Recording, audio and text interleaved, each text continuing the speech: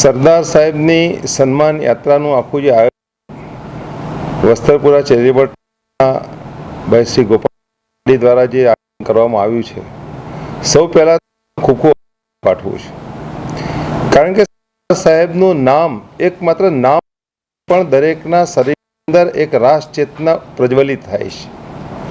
સરદાર સાહેબ એટલે એવું કહી શકાય કે આજની યુવા પેઢીનું પ્રેરણાનું જો કોઈ સ્ત્રોત હોય તો એ સરદાર સાહેબ છે. રાષ્ટ્રની એકતાનું પ્રતીક ગણી શકાય કે રાષ્ટ્ર ચેતનાનું પ્રતીક ગણી શકાય, એનું નામ સરદાર છે. સરદાર એટલે કે દરેક વ્યક્તિની દરેકની જવાબદારી પોતાના શિર ઉપર લઈને આખા દેશને એક સાચું નેતૃત્વ પૂરું પાડી અને દેશને સાચી દિશામાં લઈ જવા માટે જેને પોતાનું તન મન અને ધન તમામ સમર્પિત કર્યું છે, એનું નામ સરદાર છે. મને કહેતા આનંદ થાય છે કે સરદાર સન્માન યાત્રા આજે એમની કર્મભૂમિથી નીકળી રહી છે અને ધર્મભૂમિ સુધી પહોંચવાની છે. બારડોલીનો સત્યાગ્રહ એ એમની એક સરદાર તરીકેનું બિરુદ જે એમને મેળવ્યું છે, એ સાચા અર્થમાં આજે દેશ અને દુનિયા યાદ કરે છે.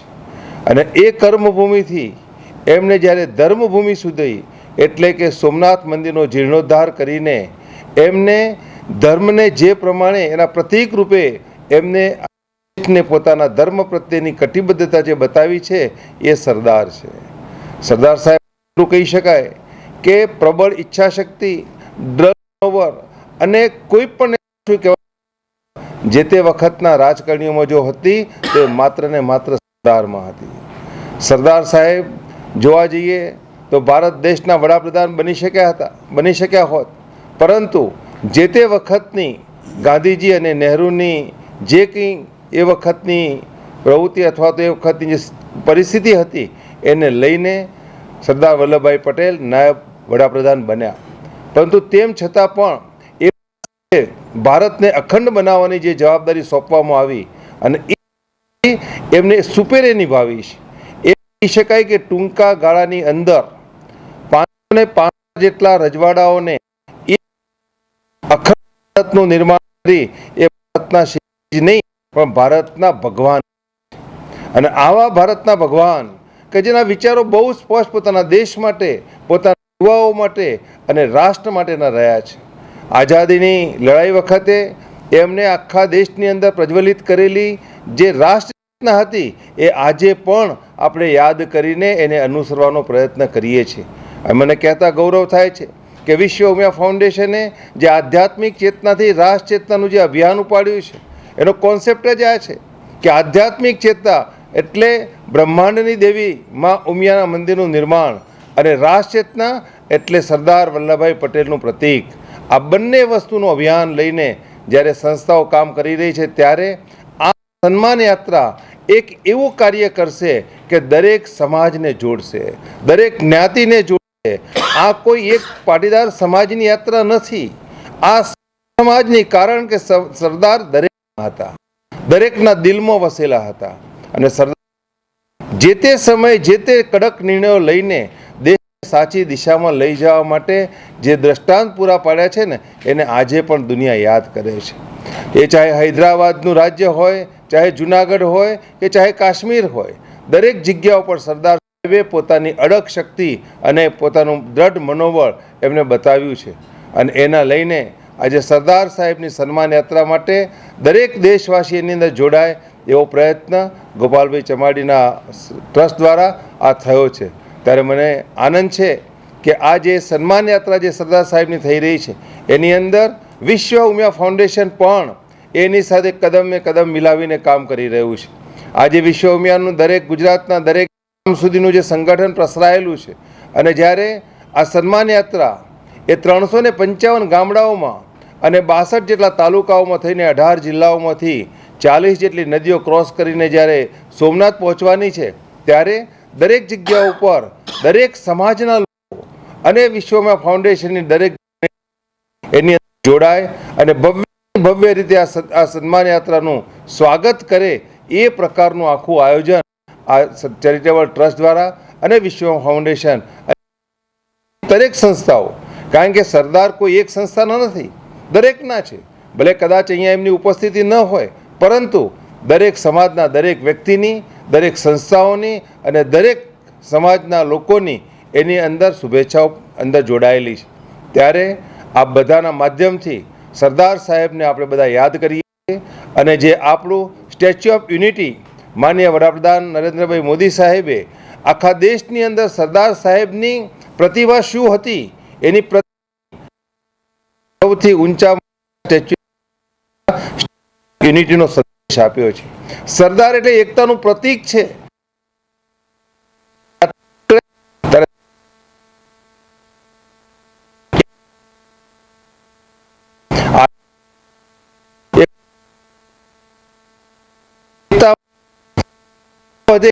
એનું પ્રતીક તો સરદાર સાહેબ. એટલે હું તો એવું માનું છું કે દર વર્ષે આ પ્રકારની સન્માન યાત્રાઓ કે દરેકનું કર્મ શું છે, એનું ધર્મ શું છે, આનો અહેસાસ દરેક લોકો સુધી જો પહોંચાડવો હોય ને તો સરદાર સાહેબને યાદ કરવા પડે. સરદાર સાહેબે આપણને કહ્યું છે કે ઘરની કે સિંહ કાળજું સિંહનું રાખો, સાચું કહેવાની હિંમત રાખો અને ઘરની વાત ઘરમાં રાખો. આજે દેશની વાતો વિદેશની અંદર જઈને કેટલાક કહેવાતા આગેવાનો જે પ્રમાણે કરીને ભારત દેશને જે નુકસાન કરી રહ્યા છે, એવા લોકો માટે સરદાર સાહેબનો સંદેશ એ ખૂબ મોટો સંદેશ છે. અને આજે હું એ પણ કહી શકું કે સરદાર સાહેબે અત્યાર આજ સુધી સરદાર સાહેબના પછીની તમામ રાજકીય પેઢીને પણ એક સંદેશ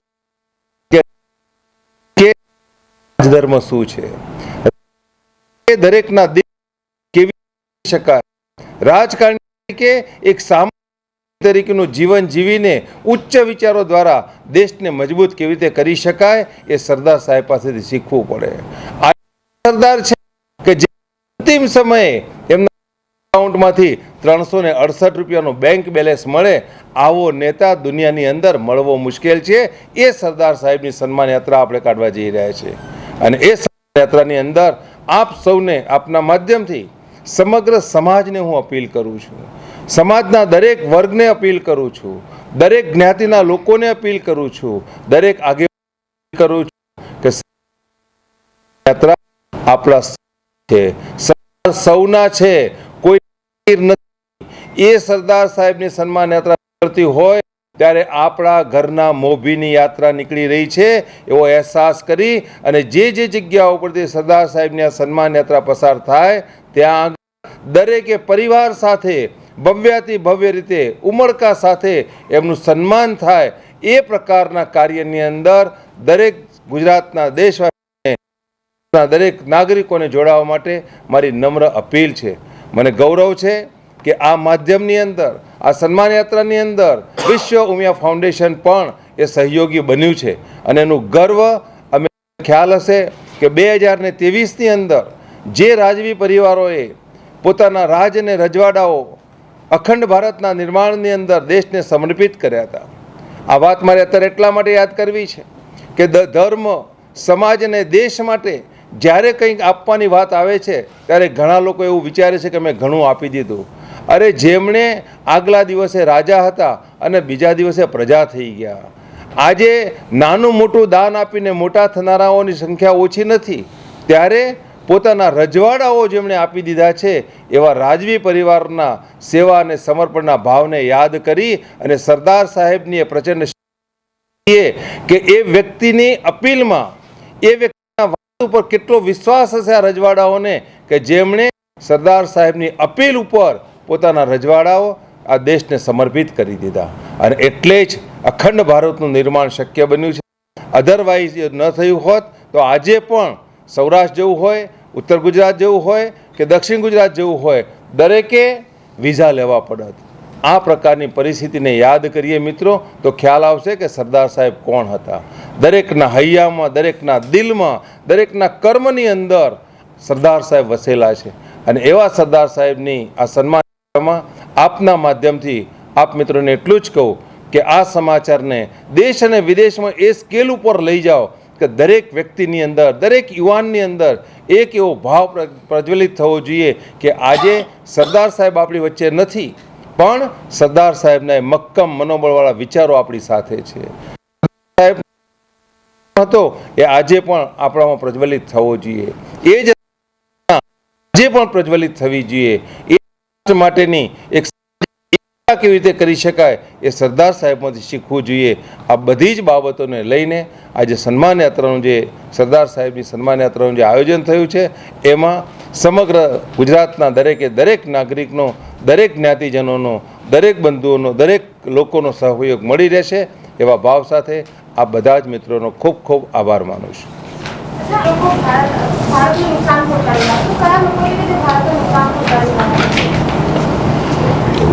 આજની પ્રવર્તમાન પરિસ્થિતિની અંદર આખી દુનિયા જાણે છે કે ભારત જ્યારે વિશ્વગુરુ જવાની દિશાની અંદર પ્રયાણ કરી રહ્યું છે.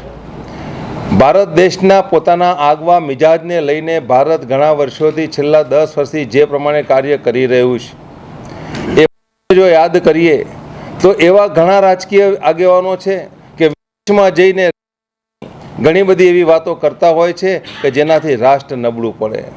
આ વાત આખી દુનિયા જાણે છે.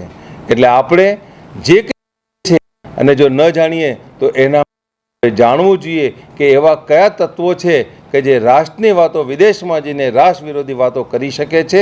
એના માટેની આ વાત છે. પણ તમે નામ તો કહો, તમને નામ ખબર હોય તમે નામ કહો ને. જાહેર મંચ ઉપર કોઈ પણ વ્યક્તિનું નામ દેવું એટલા માટે જસ્ટિફાઈડ થતું નથી, કારણ કે જ્યારે સામૂહિક વાત હોય અને એમાં એક વ્યક્તિ ન હોઈ શકે, એમાં અનેક વ્યક્તિઓ હોઈ શકે. કારણ કે આજે ફેશન બની ગઈ છે. આજે ભારતની બદબોઈ કરવાની કોઈ પણ જગ્યા ઉપરની જ્યાં કોઈને તક મળે છે ત્યારે એની ફેશન બની ગયું એવું લાગે છે.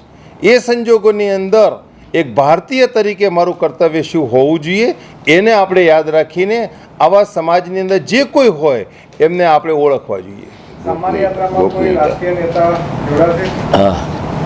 ચોક્કસથી સન્માન યાત્રાની અંદર અહીંયા સ્ટેટ લેવલના અને રાષ્ટ્રીય નેતાઓ પણ જોડાવાના છે. બીજા રાજ્યના પણ ઘણા આગેવાનો આવવાના છે. રાજસ્થાન, મધ્યપ્રદેશ, ઓરિસ્સા.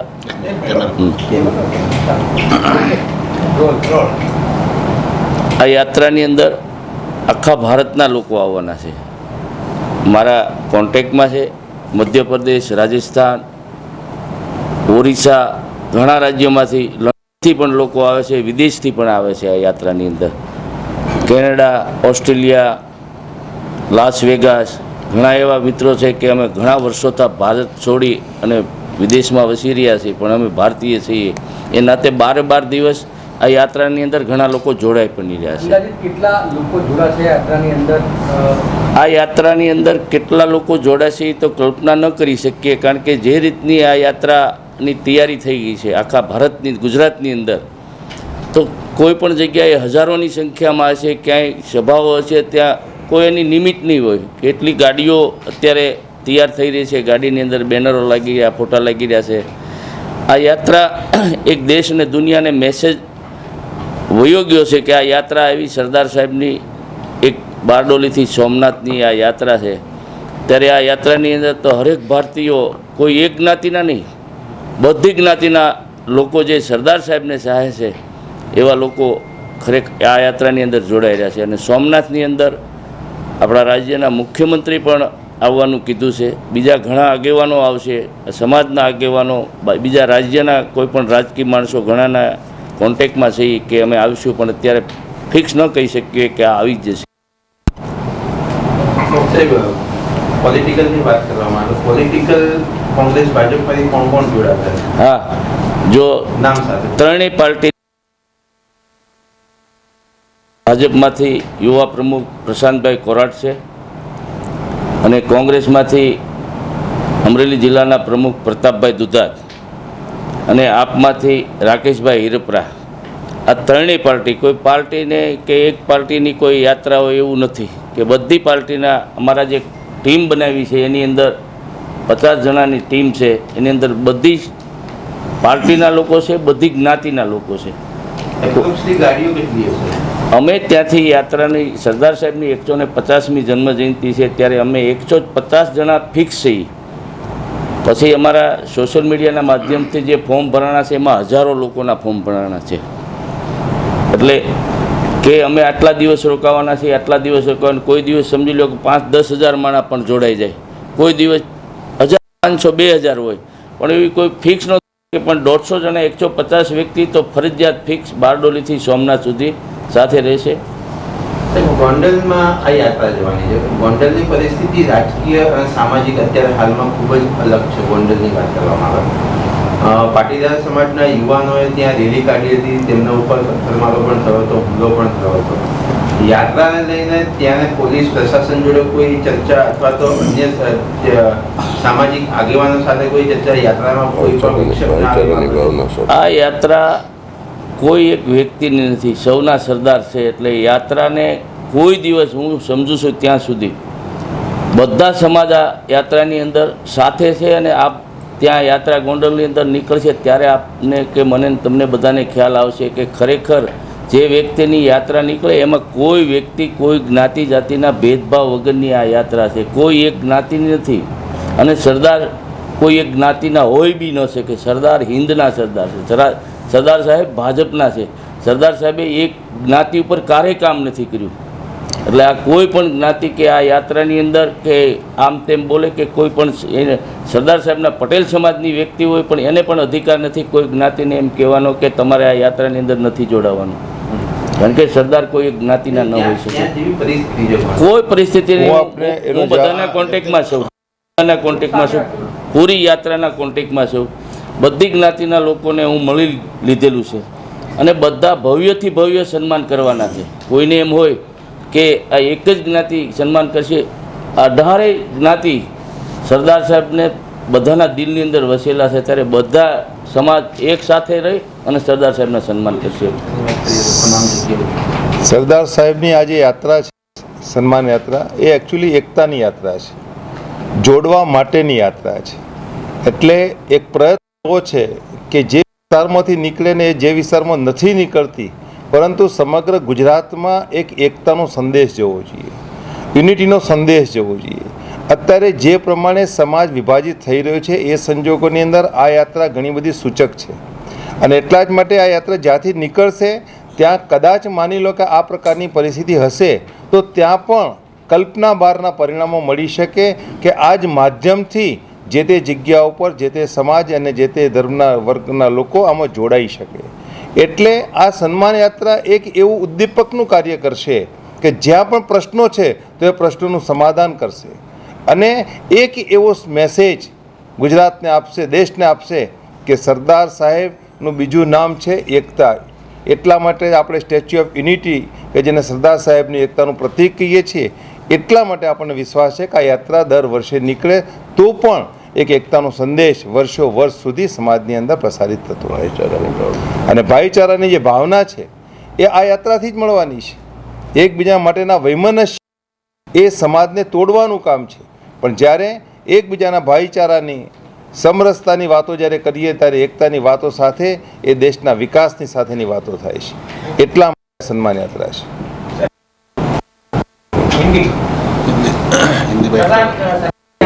દિનેશભાઈ તમે હિન્દીમાં